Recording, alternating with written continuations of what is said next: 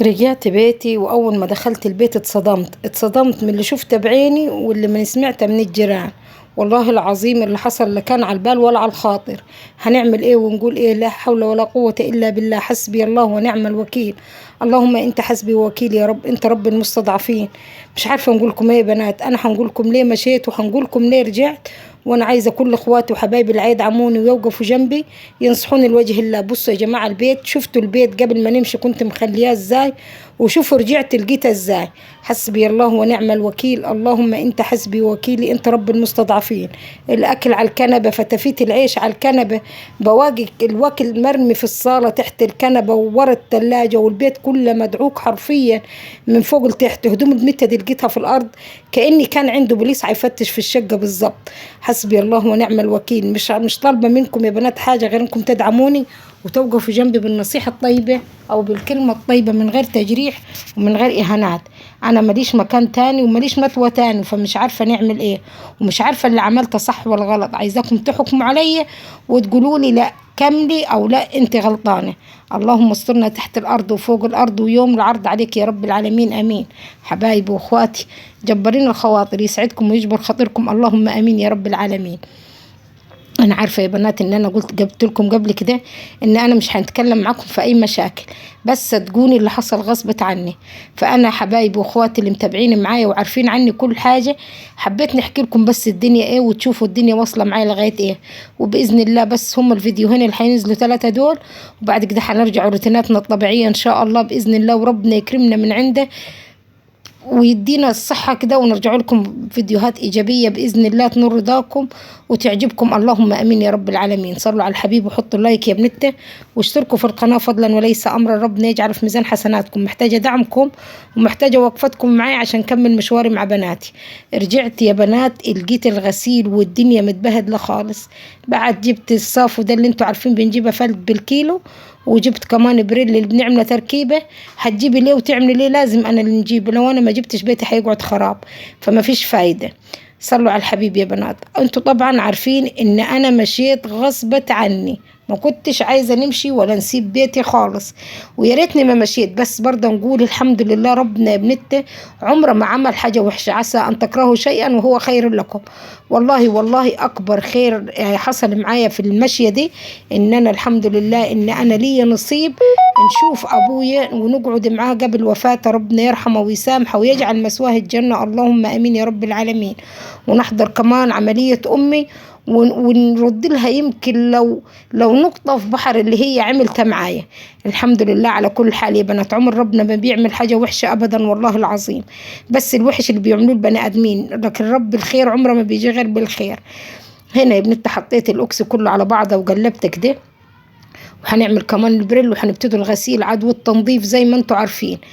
رجعت يا حبايبي، أول خبر اتصدمت عليه التلاجة بتاعت الغسالة بتاعتي الأوتوماتيك دي، جايبها لي أمي من سنين، يمكن من أكتر من 21 سنة يا بنات.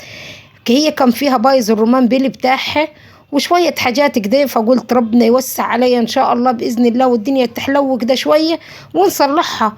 دي ما فيش غنى عنها أبدا. وبعد كده دلوقتي بقت بمبالغ وقدرها. أول ما فتحت باب الشقة ما لقيتهاش، اتسعرت يا ابني، اتجنيت، بقيت نقطع في شعره ونندب ونقول يا واحد. قال لي فارس أهدي طيب هنشوف الدنيا إيه. رن عليه وقال له وين وين الغسالة بتاعت أمي؟ قال له بعتها. الخبر نزل عليا يا ابنتي زي الصاعقة كده، حسيت جسمي كله اتشل. والله العظيم ربنا ما يحكم عليكم بالغيظ ولا بالزعل، اللهم امين يا رب العالمين. جريت يا حبايبي ورحت.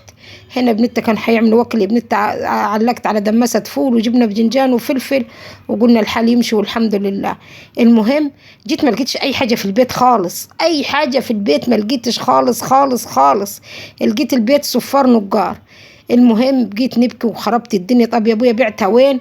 قال له بعتها وخلاص. المهم دورنا وسالنا، عرفنا هو باعها وين، ورحنا للراجل.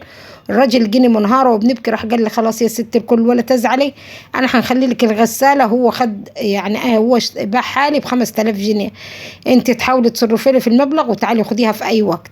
قعدت نشكر الراجل، طبعا هو مش ذنب حاجه، هو حاجه راحت له هيبيعها خلاص، فض الحوار. المهم حبايبي بعد ما خلصنا اللي ورانا ونظفنا البيت كده. سامحوني لو هتلاقوا اي مقطع متكرر او اي مقطع مش هو يا بنتي، لان انا كنت بنصور، كانوا البنت اللي بيصوروا كده بيطلعوا الروح يعني. الحمد لله على كل حال. المهم بعديها بشوية تاني يوم او تالت يوم بعد ما انا جيت، مش فاكرة متى بالظبط، الجيران يعني اللي بنقول لهم صباح الخير صباح النور، جو يعزوني، عرفوا بوفاة المرحوم ابويا وجو يعزوني. فتكلمت معايا ام عمر، قالت لي الحمد لله انك جيتي ولميتي بيتك وعيالك. قلت لها بالله عليك قولي لي في ايه، انت اتصلت بيا كذا مره وما رضيتيش تقولي لي حاجه. قالت لي طب نقول لك وما تقوليش ان انا قلت وما تجيبيش سيره. قلت لها ايوه قولي. قالت لي ابو العيال كان هيتجوز وجاب فعلا الناس اللي هو كان هياخد منهم، وجوا تفرجوا على المكان. قلت لها طلعوا شكتي هنا وقعدوا؟ قالت لي ايوه. هي وابوها ومعاها عيلين، الله اعلم ولد وبنت، الله اعلم ولد وبنت. قالت لي انا ما شفتهمش، بس فلان اللي حكى لي. الفلان ده راجل عندنا في المنطقه بصراحه، يعني بينظف المنطقه لو تشوفوا منطقه الزباله عندنا، وبيرش الشارع مش عارفه ايه. اللي عرفهم ايه الموضوع يا بنات، اللي عرفهم الموضوع بعديها الراجل جاي يسأل واحد عليه، فبيسأل الراجل ده اللي بيرش المية، بيقول له هو فلان عنديكم ساكن من امتى؟ قال له من كذا مثلا، وايه معاه عيال. المهم قال له طب ما تقول لي حج انت ليه عمال تسأل الأسئلة دي، هو انت ليك فلوس؟ قال له لا ابدا ده موضوع نسب. قال له نسب مين؟ انتوا هتاخد من بناته ولا هتاخد من ولا هياخد ورد ولا ورد هياخد منيكم؟ هنا يا بنت لقينا الحمام كله متفتح وعامل ريحه وحشه خالص.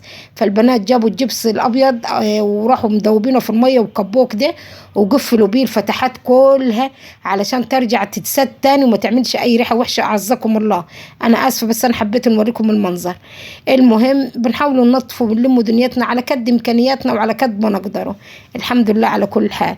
قال له لا ده هو عايز يتجوز بنتي. وقال ان هو مطلق مرته. قال له لا انا ما سمعتش ان هو طلق مرته، دي مرته والله ست محترمه ومربيه بناتها وبتشتغل في البيت يعني وبتبيع حاجات بره. قال له بتبيع ازاي يعني؟ قال له ايوه عامله مشروع في البيت بتاع اكل بيتي، وفي سنه من السنين برضه كانت بتعمل وجبات ومش المهم الراجل حكى له على كل حاجه. راح قال له ده هو قال ان هو مطلقها. راح قال له والله انا مش متاكد من المعلومه دي، هم ليهم فتره مش قاعدين بس انا مش متاكد من المعلومه دي. على العموم انا هنسال ونشوف. المهم هو قال له ان هو بص هنا بتوريكم مي الفتحات دي اتسدت يعني. قال له المهم ان هو اللهم صل على رسول الله، كنت وصلت لوين بالكلام يا رب. المهم قال له معلش يا حبايبي التليفون رن فعلا ما يشيل همك غير اللي من دمك. انت بنت هتتصل تطمن عليا وعلى اخواتي، ربنا يبارك فيكم يا رب ويخلي لكم عيالكم. بصوا هنا بنت بنغسل البوتاجاز، النمل مبهدلنا بهديله، الشقة كلها بقيت تلغوا النغل نمل بسبب المرار وبسبب الإهمال. هنقول إيه غير حسبي الله ونعم الوكيل يا رب. والله قبل ما نمشي الشقة كانت عروسة، كل البيت اتكنس واتمسح وتنظف وكان فل الفل.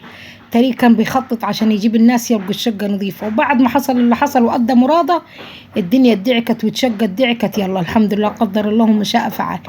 يا رب اصلح حالنا وحال الجميع يا رب. اللهم صل وسلم وزد وبارك عليك يا حبيبي يا رسول الله. المهم هو الراجل راح خبط على ام عمر، قال لها هي مفرسة طلقت؟ قالت لا ما حصلش. راح قال لها طب الموضوع حصل واحد اتنين تلاتة وفي واحد بيسأل وانا قلت له هنسأل ورد عليك. راحت قالت له طب هو هيسأل مالا بيها؟ راح قال لها لا ده موضوع جواز ورجلها باين رايح يتجوز من عنديهم وكده، فقايل لهم ان هم طلقوا. هو ده السبب اللي خلى ام عمر تتصل عليا وتقول لي. مش هنقول غير حسبي الله ونعم الوكيل. يعني كمان مش رايح يتجوز وحده خاليه، لا رايح يجيب وحده بعيالها وهيتجوزها عرفي او سري الله اعلم، علشان معاش راجلها الاولاني ما يتقطعش او الله اعلم ايه يعني، فاهمين؟ يعني هي بتاخد معاش من جوزها اللي كانت متجوزاه وجايبه منه العيال، وهتتجوز ده في السر او هو هيتجوزها في السر علشان ما يتقطعش معاشها. لما معاكم رايح تتجوز شوف الغلابه اللي قاعدات ما لهمش حد غير ربنا، وقاعدين اللقمه الواحد يعني مش عارف يقول ايه، بس نقول حسبي الله ونعم الوكيل. ربنا عليه خلاص الحق يا حبايبي، ربنا يجعلنا مستورين دنيا واخره.